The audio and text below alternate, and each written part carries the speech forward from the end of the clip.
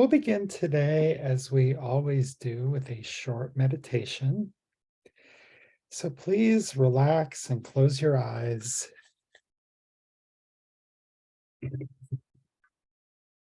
Take in a deep breath through the nose and hold. And exhale through the mouth and hold. And inhale through the nose and hold. And exhale through the mouth and hold. If thoughts should come into your head, just observe them and let them go.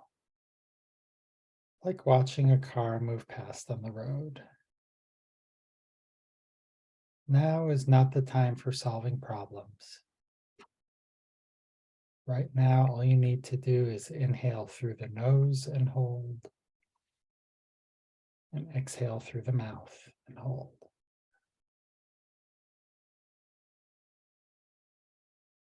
And on your next inhale, say to yourself, Shema. And on the exhale, listen. Shema. Shema. Listen. In Shema, we're listening deeply, without judgment, without offering advice. In Shema, we are listening with an open heart. Shema. Listen.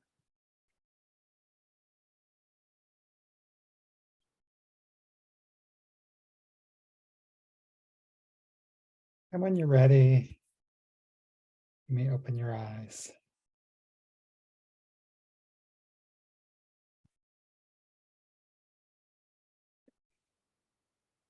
Hey, Joanne and Ron and Roxanne and Harry, Janos, Sue, nice to see you all. Glad you can be here today. This week is our second week exploring the soul trait of patience. And to begin our discussion today, the question I have is, does patience help your relationships? And does it ever hurt your relationships? And how so? Patience and relationships.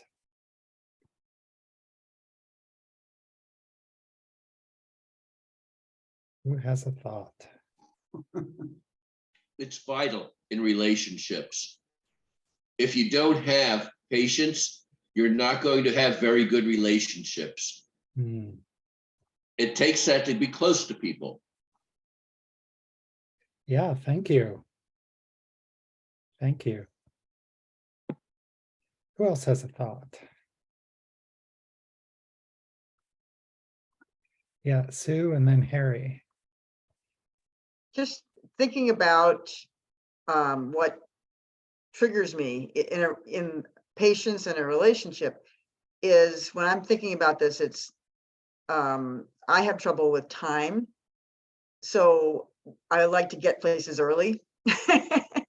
And when I'm going there, no problem. But my family kind of learned that about me, and we always, we had to show up 20 minutes early, and they were patient with me. But I think that's where I kind of lose it, because I have this constraint. And when it has to do in a relationship, it's really hard for me to just say, okay, what would happen if we're 5 minutes late? I mean, I think that's kind of a control thing, but that's very important in the relationship. I don't want to impose that on someone else, but yet if we're doing this together, this is a paramount importance to me. So I've always kind of struggled with that, and waiting for other people. Or when this actually just happened today, I got in a conversation at synagogue and it was time for me to go. And I can't just, say I have to go. So to be patient and wait for the other person to finish. And maybe, so what I'm learning is, for my own happiness, not to be so caught up what would happen if I'm 5 minutes late? Maybe that's okay. And then Mm. I wouldn't be so agitated. Thank you, Sue. Thank you for sharing your story. Let's see, Harry was next, and then Bonnie. Yeah, we have a wonderful daughter, but unfortunately, she has some mental issues that she's had for a long time, but she does the best she can. And when you're having someone that has something like that, you have to have patience. And my spouse and I are on different patience level, and that is challenging. She has what is known as LFT. LFT is low frustration tolerance. Mm. And I have a high frustration tolerance. And but it's nice, well, she ends up, following my lead, but we have to go through a number of ups and downs to get there. But it does pay off, but it's not easy. Well, thank you, Harry. I'm listening with an open heart, and what really taking from what you said is it's not only being patient with someone else, it's maybe having to negotiate when you and someone else have a different patience tolerance. Yeah. And so that becomes a negotiation. Like Sue was talking about different types of negotiations around relationships that have to do with patience. Bonnie. So here was also a negotiation relationship with friends who I spent time with, but haven't spent a week with. And they came with me to Maui this last December. And I discovered that there are 3 kinds of times in Maui. There is my time, which means, like Sue, I'm always early.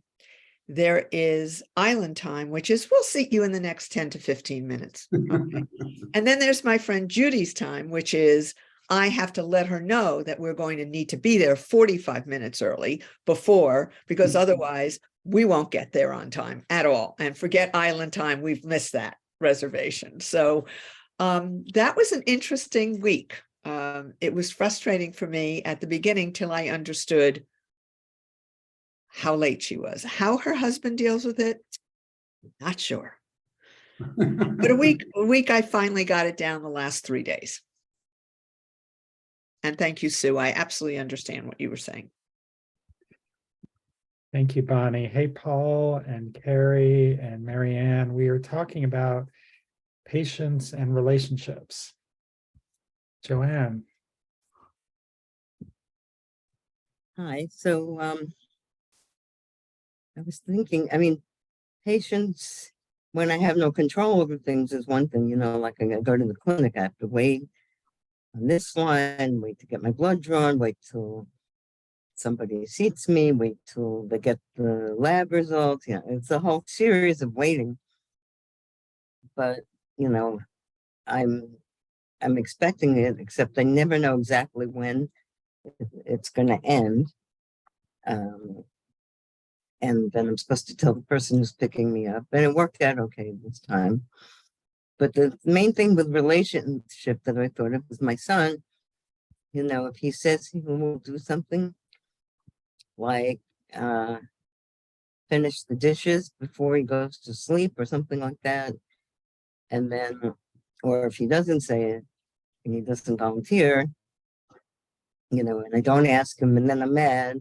I get mad, I lose patience. I start doing the dishes at 11 o'clock. Why do you have to make so much noise now? And because I don't like to come into a sink full of dirty dishes. Okay, so, and if I did it in the morning, I'd wake you. So anyway, so just tolerate. But sometimes he just forgets, or he leaves something out that should be refrigerated. Oh, I forgot. So he's also ADHD, and so am I. So I have to have some patience for that. But now he's a grown man; he's not a kid. And I feel if he says he's going to do something, he should do it.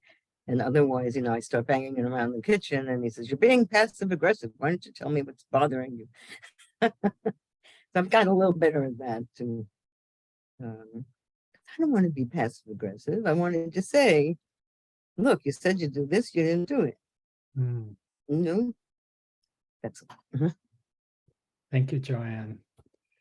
Thank you for sharing that.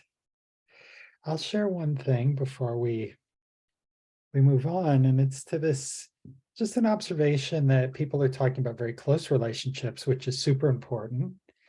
But also, I would say that all relationships, whether they're work relationships, and it's just a question that bears, considering, what is it to be in relationship with someone? Am I in relationship with the barista who's making the coffee?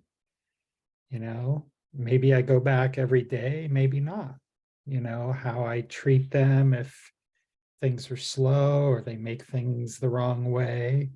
These are all sort of patience questions and challenges as well. We'll hear from Karen and then we'll move on, possibly.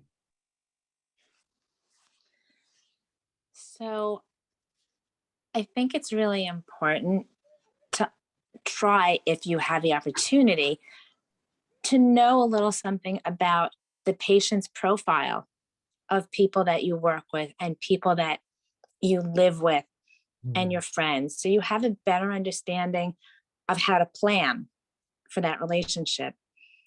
And I know that for myself, when I'm feeling impatient or I have a lot of patience for something and I'm near someone who, maybe isn't on the same level, I love visuals. And so I can say to them, yeah, I've got a watermelon's amount of patience, or, like globe-sized patience. And I can let them know when it's down to, cantaloupe size, and when it's down to lemon size, and when it's down to pea size.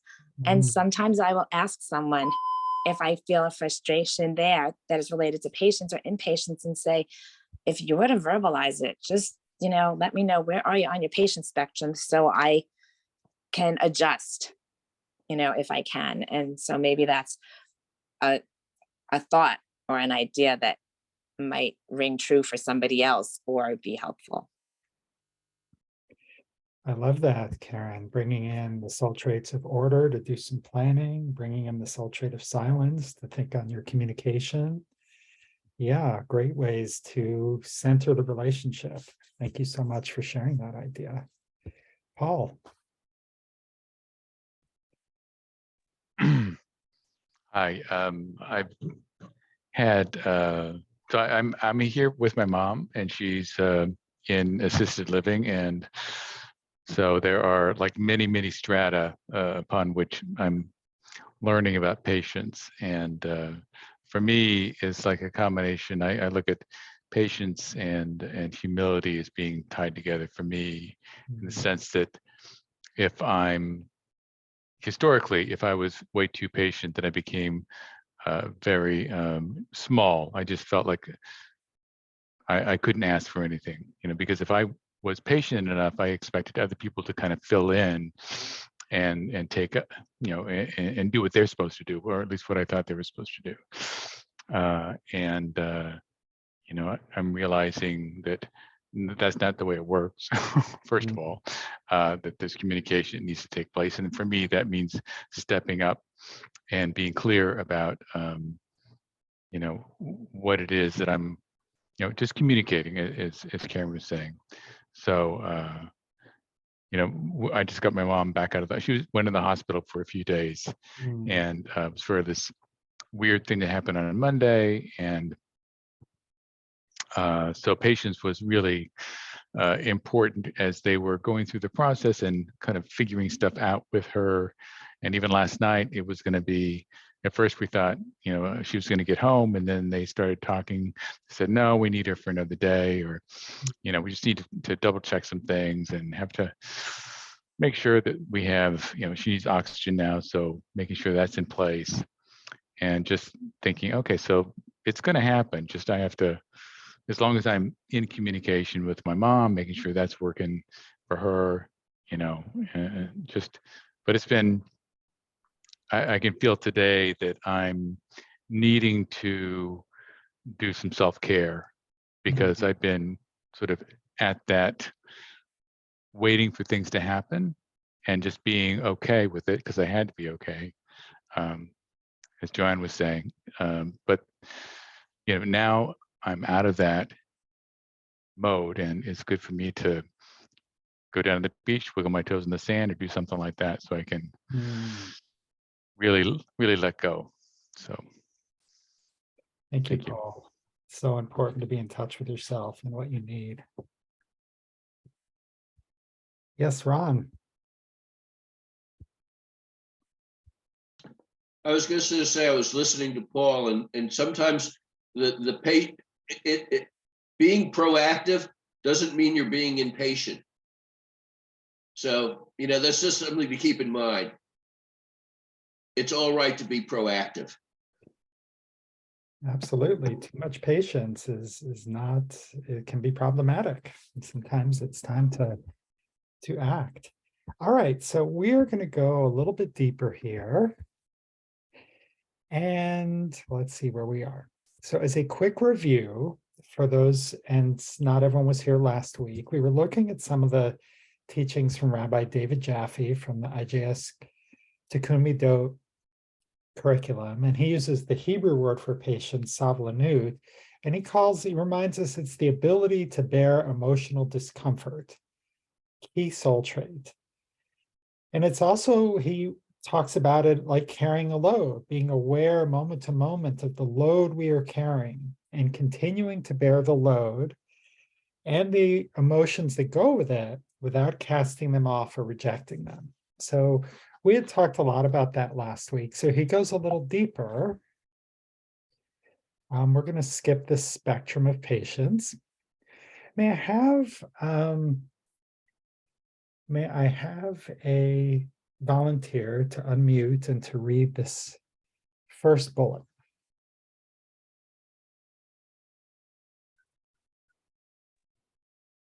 The essence of sablanut, patience, is the ability to stay connected and keep goodness flowing to those who defy your will. I learned from this experience that when I remember my connection with others, it can prevent me from losing it. Great, thank you. Okay, I'm going to stop the share and I'm going to copy this into the chat. So what is Rabbi Jaffe bringing up here?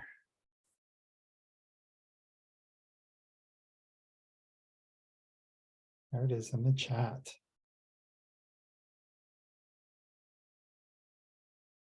Yes, Carrie.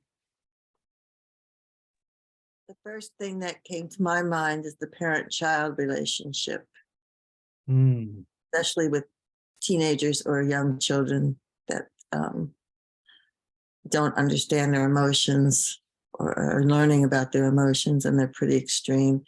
So that, to me,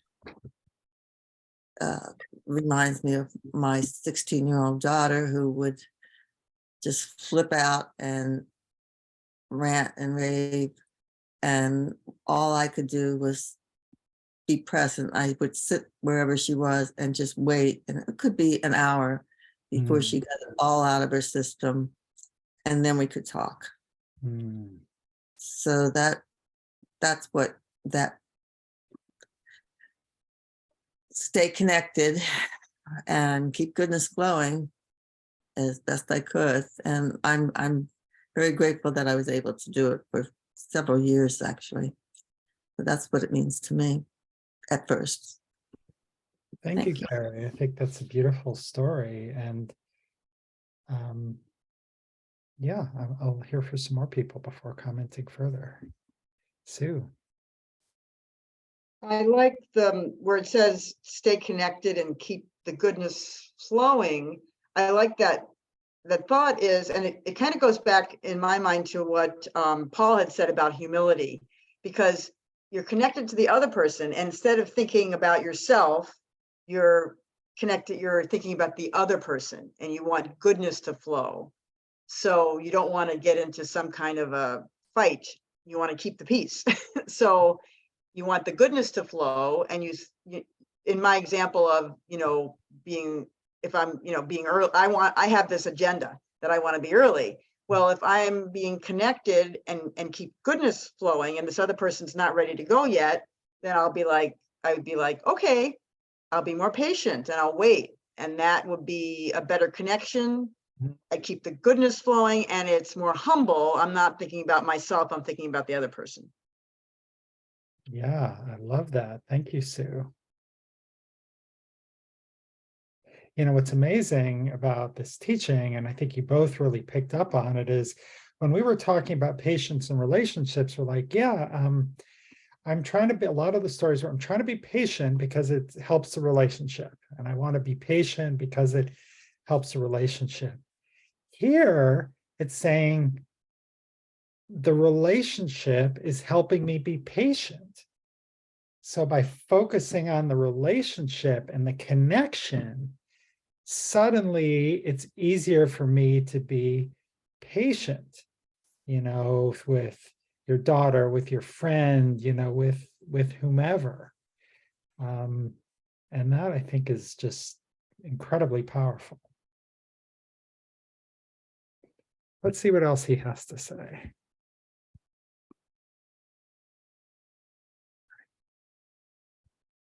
Who would like to continue reading? I will. Okay. When I do blow up in anger at someone, often it's because I've forgotten my connection. The Torah hints at this idea when in the above dialogue between God and Moses, God says, "Leave me alone, that my anger may blaze forth." Raging anger is made possible by disconnection. I've seen this play out more times than I'd like to admit with my children and also with my partner. When we grow in savlanut,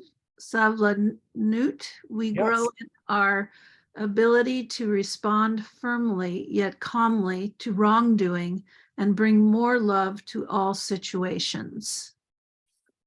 Thank you, Stephanie. Okay, once again, I will put this in the chat.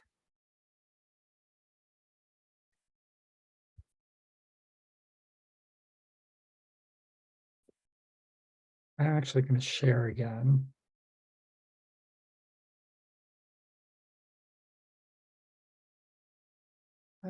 Trying to get to the is here, I think when we're talking about this quadrant over here, when we have two little patients and we get into anger and frustration. And I think he's kind of going a little bit deeper in that area. So what is Rabbi Jaffe having to say about anger?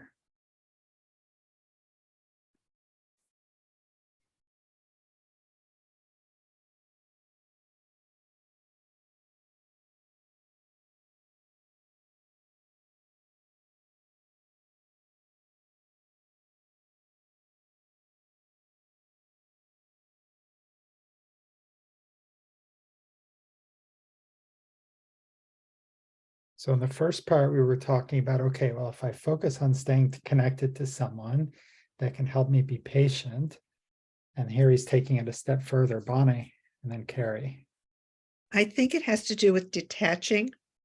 One of the phrases in this 12-step program I'm in talks about detaching with love. I found it with 3 teenage girls, 2 years apart in my home, and then this wonderful, almost teenage boy who never was moody. That detaching with love was really hard, really hard. And so for me, detaching physically meant move out of the room, just walk away. Because otherwise I might say something or do something that was not appropriate as the parent. Thank you, Bonnie. Yeah, detaching with love. Sometimes we can't stay in a situation, either short-term or long-term. How we go about that, you know, makes a difference. Carrie. I was just gonna say that to me, it meant that once you get angry, you lose the connection. And it's very hard to get back that connection in a peaceful way. So that's And that's what I got from it. And now I can't remember the rest of what I got from it. So long day. Thank you. Yeah. You know, I think it's like, I think there's two pieces to it. And one is what Carrie said, which is when we get angry, we lose that connection. And the other piece is losing the connection allows us to get really super angry. You know, that's when we kind of lose it and go over the top. Sue, and then Karen. I had a funny thought, and it's a quote, not from our book, from like the New Testament, where it says, it just floated into my head, love is patient, love is kind. Have you heard that? It's something that's out I there. think I have, yeah. It's Yeah, I think it's like from Corinthians or something. You know, Okay. it's not from our Torah, but okay, so the idea is love is patient. So we're talking about patience and love and separating yourself and relationships. And, you know, so maybe there's something there that if you're not loving with the other person, there's a patient, you know, love is being patient. Hmm. That's my thought. Thank you, Sue. Karen. I'm thinking that anger often stems from fear, and that both anger and fear manifest as a loss of control, and that patience, a little or a lot, depends on self-control, our control to be patient. And so I think that that's where the divide may be for me, is that when we get angry, it's out of fear and we have a loss of control or the inability to be patient. And so in the example of God and Moses, God says, give me space because I'm not in control. Hmm. And we do realize sometimes when we're not in control that we may say or do things that we don't really mean to do later on as a result of hindsight and experience. Thank you, Karen. Well said. Paul. Yeah, I was rereading the section, Mussar, about the two polarities, and it suddenly struck me. I had this memory of my father, who, you know, could be very patient and very collegial and very congenial for a long time, but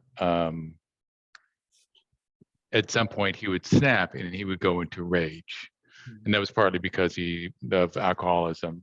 But I can see that he was, you know, and what I got from that, you know, and from my family dynamics is just sticking with the one end, because I didn't want to become angry, because the only kind of anger I knew was this raging anger. So I would end up slipping into forcing myself into one side of the patience, just so that I wouldn't get onto the other side, because I didn't know how to do this. What Bonnie said about detach with love, that was something I had no concept about. So it's interesting to see how the two poles, without anything possible in between when I was growing up, is something I've learned how to navigate that middle area, about being able to be loving, and yet and you know, patience is that detachment with love. I think that really helps me. So thank you. Thank you for sharing that. Ron. We're talking about patience versus impatience. And what I'm wondering is, for me, when I'm impatient, I don't feel right. It doesn't make me feel good. That's how I know that I need to back down. I'm wondering, does impatience work for anybody? Does it make anybody feel good? Is it just me? I'm throwing that out to anybody who wants to answer it. Roxanne, were you raising your hand or were you just moving around? Oh, you're on mute. I was debating raising my hand but it wasn't directly in response to Ron. So I was like, well, should I raise it now if it's not directly in response to but I did want to say, like, because these quotes have been talking about how disconnection can lead to these rages. And I was thinking it's kind of a two-part thing where it's our disconnection in forgetting the emotions and experiences of another person and the fact that we can hurt them. That kind of gives us that dark space where we can get that angry. But it's also us forgetting that they have their own experiences, their own stresses, and that whatever they did to upset us, they probably didn't do intentionally to upset us. Like it's very easy as a human being to kind of forget the full complexity of humanity of other people and start to treat them like in video games, they call them NPCs, non-player characters. Yeah. So it's kind of like, yeah, we kind of forget that other people are full and complex humans like we are, and that usually they don't do these things intentionally to target us or to hurt us. And that can kind of fuel the anger when we forget that. Thank you. And I love that NPC sort of reference. And I have to say, I love the movie Free Guy with Ryan Reynolds, where he's a non-player character who actually becomes a real person. And so it's a really... It's such a good movie. I did not expect it to be as good as it was. I did not expect it to be as good as it was either. And it's quite sweet. We'll hear from Joanne and then we'll go to our breakout groups, because last week we got a little squeezed for time. So I'll try to leave a little more today.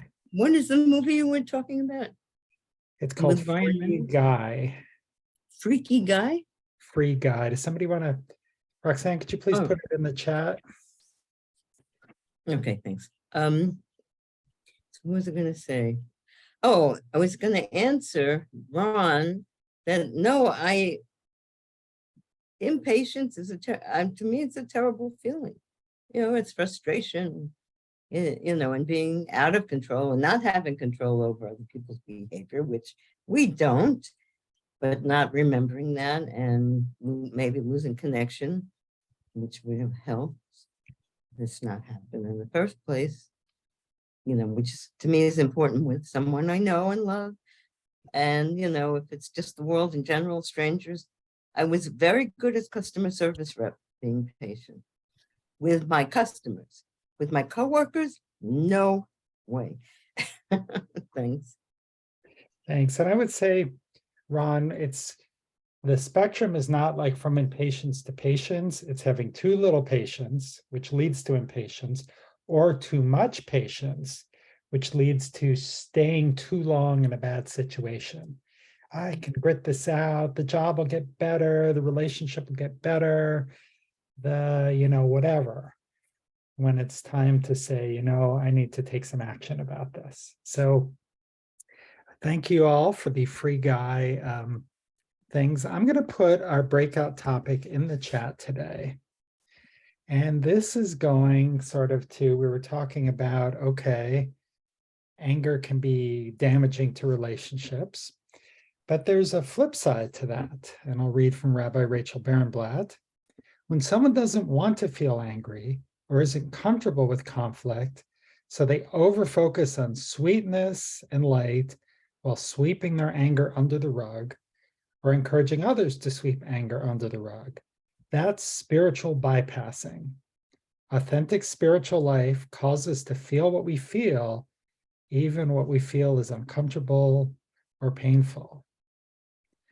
So some questions is, do you allow yourself to become angry? How do you deal with uncomfortable emotions? And remember that we're not here to give each other advice. We're here to just kind of listen to people's stories, not to try to fix them or offer suggestions, just to kind of be present with one another. Okay, so I will get the breakout rooms going.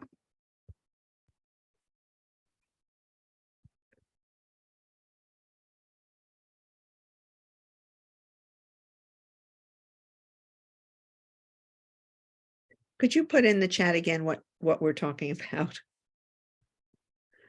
And last time we couldn't see it in the chat in our group. Oh, Yeah, the chat was empty. There was nothing in it. So I oh, made, shoot, I'm sorry. I did not hit return. I just pasted it in the chat and was reading it. So here we go. So it's talking about this idea of spiritual bypassing when it's like, oh, we just need love, just need happy thoughts. You know, you're so spiritual. I never get angry.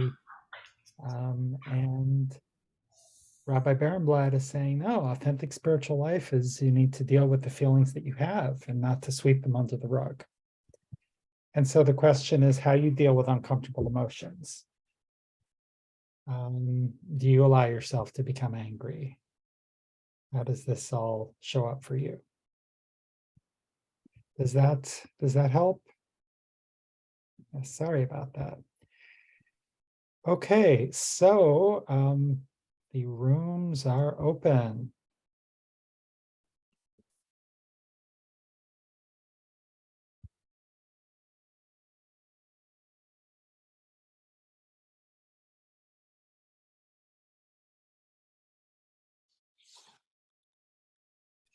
Hey everyone, welcome back. So and also welcome Jane, who's joined us. So I would like to hear, how was your discussion? You know, what came up around spiritual bypass, dealing with uncomfortable emotions? Anything you would like to share?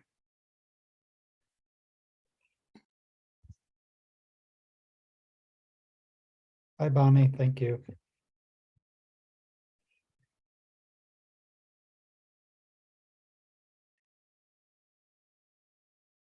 Yeah, Christo, is that your hand or just, no, okay, Carrie.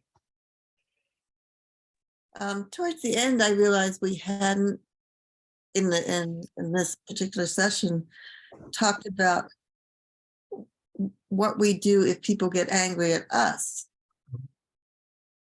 So I would like to explore that at some point, you know, how the opposite, because I think a lot of the same, I think they're very similar in how we respond or what we do with the anger of somebody else and our own anger. Does that make us angry if somebody gets us angry or is angry at us, or do we stay connected and deal with it? And that's going to be in my journal tomorrow. That's a fascinating question. Thank you. It reminds me when my wife and I were married, my sister-in-law, who's Korean, gave us these Korean wedding ducks. And if you sort of have them facing each other, and if someone was mad, you would sort of point the duck away to kind of communicate that you were mad. And we set this rule that you were not allowed to move your duck just because someone else moved their duck. So it never really worked as a system of communication, but that was a memorable discussion. Stephanie.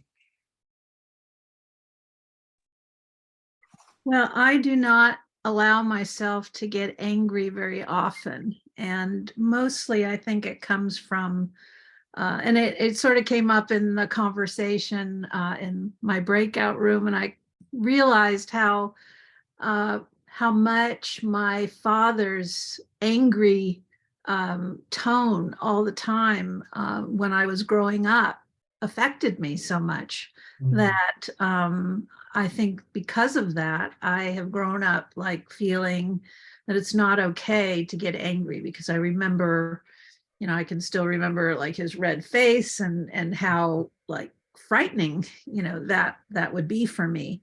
So that has been a problem for me in my life, because there's been times when I've needed to release that kind of emotion, you know, and sometimes it's warranted. If somebody is being abusive to me, or I have, you know, not been able to get through to somebody, and I need to be able to express it. I don't ever want to get into the same level that my father used to have, but I feel that being able to express it somehow, either if I punch my fist into a pillow or something, at home, but I have had some moments where I have really lashed out at some people because it's just been bottled up inside, and it's been very uncomfortable. But I also have been regretful of having said some things. And one thing that I do feel is important for me is to apologize for anything that has hurt somebody else. And but yeah, it's hard for me, and it's also it's uncomfortable to deal with those kinds of emotions. And anyway, that's all I wanted to share. Thank you, Stephanie. You're listening with an open heart, and those sound like very powerful self-realizations. So thank you for sharing those with us. Paul.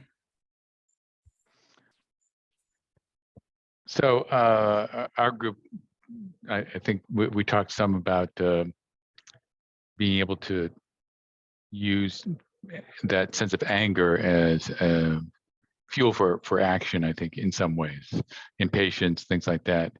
I know when I was younger, I started to recognize that when I was angry, that just didn't mean I didn't that didn't mean that I had to stuff it.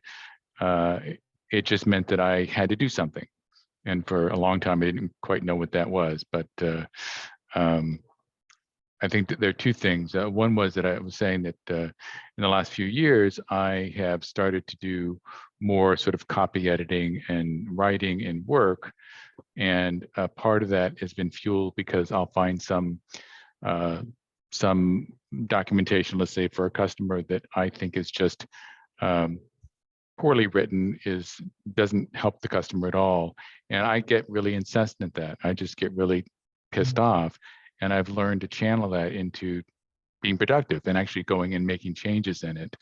And that's been a novel, like, wow, this is really cool. I mean, and people like it. They like it when I get that intense and passionate about it. I was telling somebody the other day that I was highlighting like several paragraphs that somebody had written that I thought was really poorly written. It was my manager that had written this, but it didn't matter. I highlighted just about everything, commented on almost everything that he had written, and he really thanked me afterwards. He really was looking for that kind of feedback. So, well, there's that. That's good. I think so. Channeling it, and I think the other piece, which is in there, is that it's sort of I wrote down that holding my anger in a loving embrace. And it's not because I think stuffing it was because I was feeling ashamed that I was angry. I shouldn't be angry about something. I should be patient. I should be loving. But if I'm loving and I can hold that anger, then that allows there to be some resolution. And I don't always know what that's going to be.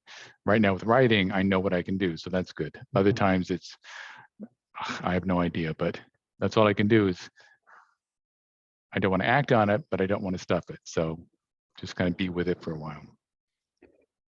Thank you, Paul. And I think what's so powerful about that example is, if you think about the two extremes of being out of balance for patients, one is anger and the other is kind of non-action. And so you kind of brought in together where I'm going to like channel this into action, and that is a really interesting model to see how might that apply for other situations. What is the appropriate thing to do? And I don't know, but that's great stuff. Thank you. And I think Janos is going to have the last word today. Or nope, Joanne. Joanne always has room for Joanne. So yeah, in my journey in life, I learned that actually finally I learned a lot about anger. For me, it's just extra energy. And I learned also that anger is a secondary emotion. It's not a primary thing that you are just angry because you're angry. You are angry because of something. And most often the fear shows up in energy because as anger, because then give you energy. Then if you know how to channel it, then you're good, as Paul did, or you go into rage. But the rage could be also fear, driven by fear. So that's just think that. But I think so. Ladies have more difficulty with anger than guys. I can be just an asshole, and then he said, but ladies, when they show anger, kind of people judge. Thank you. Yeah, I think there are cultural constraints and expectations about what is allowed and what isn't allowed. Absolutely. Thank you, Jonas. Okay, Joanne. All right, last but not least, I hope. So I was thinking, it just popped into my head, I was saying how I'm patient with customers, but there are some customers that I was not patient with. And I don't think I acted out in anger, but maybe inside I was angry. And these are people who are arrogant and don't let you get a word in. They're angry at the government because they owe us money. And so when they would start on their whatever, I would interrupt them. That was what I did, to stop them and say, no, it's because of XYZ, and this is what you need to do, blah, blah, blah. I wasn't mean, I wasn't nasty, and I didn't lash out back at them, but I interrupted them, and that was an effective tool. And yes, women are not taught to handle, especially men's anger at one time. And then with some on the phone, forget it, people would curse at you left and right. In person, it was the person who was the most guilty who was the most angry. And one time I got cursed out in some way by somebody. And one of the customers came to my aid, who was sitting in a cubicle. I was behind the desk. And he said, don't talk to her like that. Did my coworkers? Nothing, anyway. But all's well that ends well. But that was a tool that I learned to deal. That's an important tool. Yes, Which I would call, setting a boundary. It's Right. like, hey, Right. That was setting boundaries. Right. You know what? Here's That's where we enough. are. Yeah, and that is a Okay, very thank you. appropriate thing to do. And again, too much patience might be, I'm just going to sit here and let this person say whatever, and I'll just go home and feel terrible, and it's like, that's not what I'm here for. I'm here to help the customer, and it's not helping them to let them rail. So I'm going to set a boundary and try to solve their problem. Well, friends, we are up against the natural time boundary of the end of our time. So we'll do a very quick closing meditation. So once again, please close your eyes.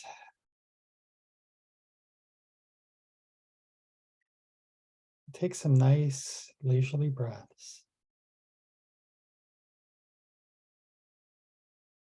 Today we'll just sit in silence.